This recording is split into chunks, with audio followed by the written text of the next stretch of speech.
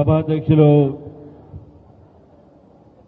గద్వాల్ జోగులాంబ జిల్లా అధ్యక్షులు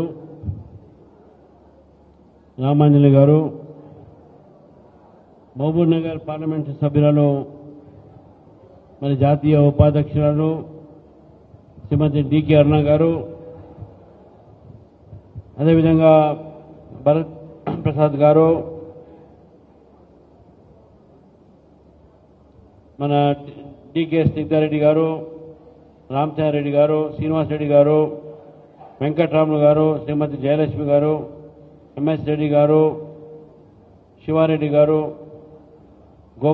గోపాల్ గారు, జయశ్రీ గారు, పద్మావతి గారు, కృష్ణవేణి గారు, అందరికీ కూడా పేరు పేరు నమస్కరిస్తూ ఇక్కడ ఇచ్చేసిన మీడియా మిత్రులకు, కార్యకర్తలందరికీ కూడా మరి కొద్దిసేపట్లో మనకు మన్ కీ బాత్ మనం చూడబోతా ఉన్నాం.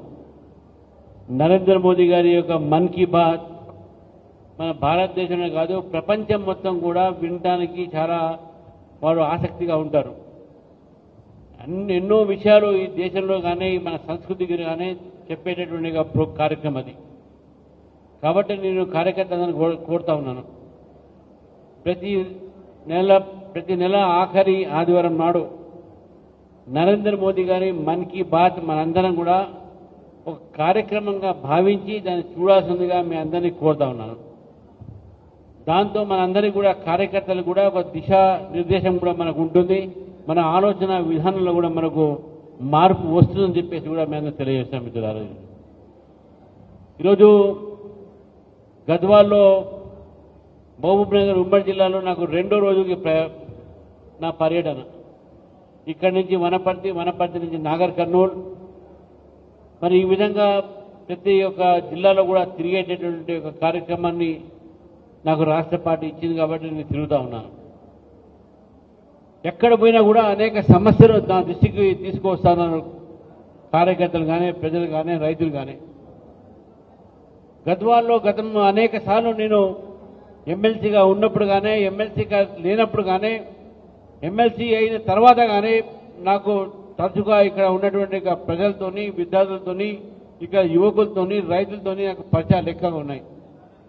మరి గద్వాల్ అనేటటువంటి ఒక చారిత్రాత్మకమైనటువంటి ఈ యొక్క నగరంలో ఈరోజు ఈ కార్యక్రమం ఇంత పెద్ద స్థాయిలో కార్యకర్తలు వచ్చి ఇక్కడ ఉన్నారంటే మీ అందరికీ కూడా నేను రెండు విషయాలు చెప్పి నేను ఎక్కువసేపు తీసుకోకుండా ముగిస్తాను.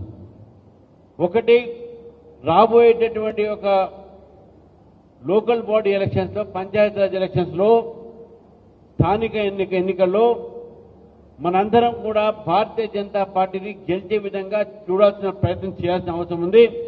ఎందుకంటే ఈ కాంగ్రెస్ ప్రభుత్వం వచ్చినప్పటి నుంచి కేవలం మాటలుగానే చేతలు లేవు.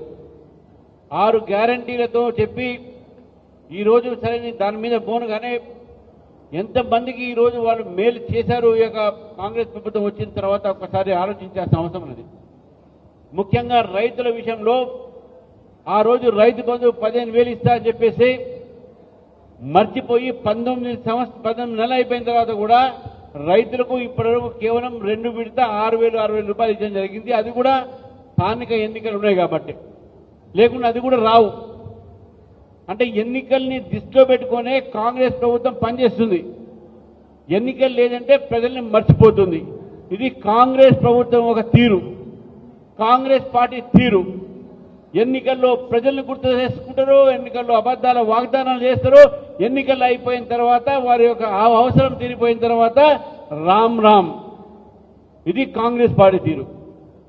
నేను ఏదో ఈ ప్రభుత్వాన్ని అడుగుతా ఉన్నాను, మీరు రైతులకు ఇచ్చినట్టు హామీ ఏమైంది? మీరు ఇక్కడ యువకులకు ఇచ్చిన హామీ ఏమైంది? నిరుద్యోగస్తులకు హామీ ఏమైంది? నిరుద్యోగులు ఈరోజు కూడా వారి యొక్క భత్తా కోసం వెయిట్ చేస్తూ ఉన్నారు. నిరుద్యోగ భత్తా 3,000 రూపాయలు ఇస్తున్నారు పైసలకు, కానీ ఏది కూడా ఇవ్వట్లేదు. కాబట్టి ఈరోజు ఈ కాంగ్రెస్ ప్రభుత్వాన్ని కూడా ప్రజలు నమ్మటానికి సిద్ధంగా లేరు. కాంగ్రెస్ ప్రభుత్వము ఈరోజు ప్రజల్ని మభ్యపెట్టేటట్టు ప్రయత్నం చేస్తూ ఉంది. మనం చూస్తా ఉన్నాం. ఈరోజు స్థానిక ఎన్నికల కోసం బీసీ రిజర్వేషన్ అన్నారు, స్థానిక ఎన్నికల కోసం రైతు బంధు అన్నారు, స్థానిక ఎన్నికల కోసం రుణమాఫీ అన్నారు. ఒక్కసారి ఎన్నికలు అయిపోతే వీళ్ళకు రైతులు గుర్తురారు, రుణమాఫీ గుర్తురాదు, వీరికి రైతు బంధు గుర్తురాదు. రైతు బంధు కాదు, రైతుకు అన్ని బంద్ అయిపోతాయనే విషయాన్ని కూడా మీరు గుర్తుపెట్టుకోవాలి మిత్రులారా. ఈరోజు కాంగ్రెస్ పార్టీ చేసేది తెలంగాణ వచ్చింది, తెలంగాణ తీసుకువచ్చింది. ఎప్పుడు మేము అని చెప్పి కేసీఆర్ గారు ఇక్కడ రేవంత్ రెడ్డి గారు చెప్తా ఉంటారు, కాంగ్రెస్ పార్టీ బీఆర్ఎస్ పార్టీ. కానీ అక్కడ మనం గుర్తుపెట్టుకోవాలి, ఆ రోజు భారతీయ జనతా పార్టీ లేకపోతే తెలంగాణ బిల్లు పాస్ కాకపోయేదే, తెలంగాణ రాకపోయేదే. తెలంగాణ వచ్చిందంటే అది కేవలం భారతీయ జనతా పార్టీ మద్దతుతో వచ్చిందనే విషయాన్ని కూడా ఈరోజు తెలియజేస్తున్నాం మిత్రులారా. కానీ ఏ తెలంగాణ అయితే మనం తీసుకొచ్చినామో ఈ తెలంగాణ అధికారం కోసం కాదు, తెలంగాణ ఆత్మ గౌరవం కోసం మనం తీసుకొచ్చినాం. తెలంగాణలో ఉన్నటువంటి ప్రజలు ఆత్మ గౌరవంతో బతకాలి, తెలంగాణలో పరిపాలన రావాలి, తెలంగాణలో ఈరోజు ప్రజలు సస్యశ్యామలంగా ఉండాలి అని చెప్పేసి ఆలోచనతో తెలంగాణ తీసుకురావడం జరిగింది మిత్రులారా. కానీ తెలంగాణ ఒకరికి కుటుంబ పరిపాలన అయిపోయింది, మరి ఇంకోరికి ఢిల్లీలో ఉన్నటువంటి ఒక రాజులకు పరిపాలన అయిపోయింది. తెలంగాణ ప్రజల్లో ఒక జీవితంలో మార్పు రాలేదు. తెలంగాణ ప్రజల జీవితంలో మార్పు రావాలంటే కేవలం భారతీయ జనతా పార్టీ పరిపాలనతోనే వస్తుంది. రేపు రాబోయేటువంటి రోజుల్లో డబుల్ ఇంజిన్ సర్కార్తో తెలంగాణలో మార్పు వస్తుందనే విషయాన్ని గుర్తుపెట్టుకోవాలి మిత్రులారా. ఆ రోజు తెలంగాణ బిల్లు పార్లమెంట్లో పెడితే టీఆర్ఎస్ సంబంధించినటువంటి ఇద్దరు సభ్యులు వాళ్ళు పార్లమెంటుకు రాలే. అది ఎక్కడ పోయినా మనకు తెలియదు, కానీ వాళ్ళు పార్లమెంటుకు రాలే, ఓటు వేలే. తెలంగాణ బిల్లు పాస్ అయినప్పుడు కాంగ్రెస్ పార్టీ ఆ రోజు మనకు మెజార్టీ లేదు, బీజేపీ బేషరతుగా మనం సపోర్ట్ చేసినాం. కాబట్టి తెలంగాణ మీద అయ్యే అధికారం అవుతుందో, తెలంగాణ రావడానికి ఎంతైతే హక్కు అధికారం ఉందో వాళ్ళు మాకుంది అనుకుంటున్నారో దానికన్నా హక్కు అధికారము భారతీయ జనతా పార్టీకి ఉందని చెప్పేసి కూడా ఈరోజు ఈ రెండు పార్టీలకు నేను చెప్తా ఉన్నాను. ఈ రెండు పార్టీలు కూడా గుర్తుపెట్టుకోవాలి. మీరు తెలంగాణ ప్రజలతో చెలగాటమాడారు, తెలంగాణ ప్రజలకు మీరు చేసింది ఏమీ లేదు, అవినీతి దోచుకోవడం తప్ప మీరు చేసింది ఏమీ లేదు, అబద్ధాలు చెప్పి ఒక అధికారులు రావడం తప్ప చేసింది ఏమీ లేదు.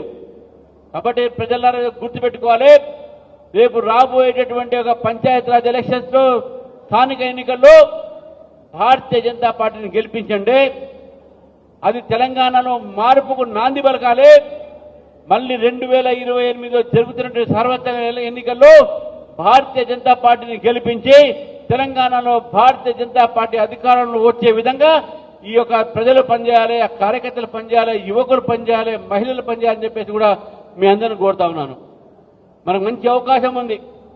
తెలంగాణలో కాంగ్రెస్ని చూశారు, తెలంగాణ ప్రజలు బీఆర్ఎస్ని చూశారు, కానీ బీజేపీని చూడలేదు. బీజేపీని ఈరోజు మీరు కేంద్రంలో చూస్తున్నారు. ఇంతవరకు బీజేపీ కేంద్రంలో ఏం చేసిందని చెప్పేసి అరుణమ్మ గారు మనకు అందరికీ కూడా వివరంగా చెప్పారు.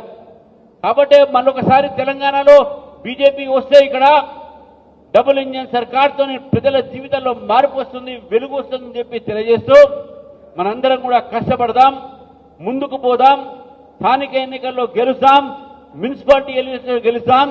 2028లో మనం మళ్ళీ అసెంబ్లీ ఎన్నికల్లో గెలిచి తెలంగాణని కైవశం చేసుకునేటువంటి ప్రయత్నంలో ఉందామని చెప్పి తెలియజేస్తూ మరి గద్వాల్లో ఇంత పెద్ద స్వాగతం పలుకుతూ ఈ కార్యక్రమానికి నేను ఆహ్వానించేందుకు గద్వాల్ శాఖ భారతీయ జనతా పార్టీ గురించి ధన్యవాదాలు ముగిస్తున్నాను. భారత్ మాతాకి జై, జై తెలంగాణ. అందరూ ఇక్కడ కూర్చోండి.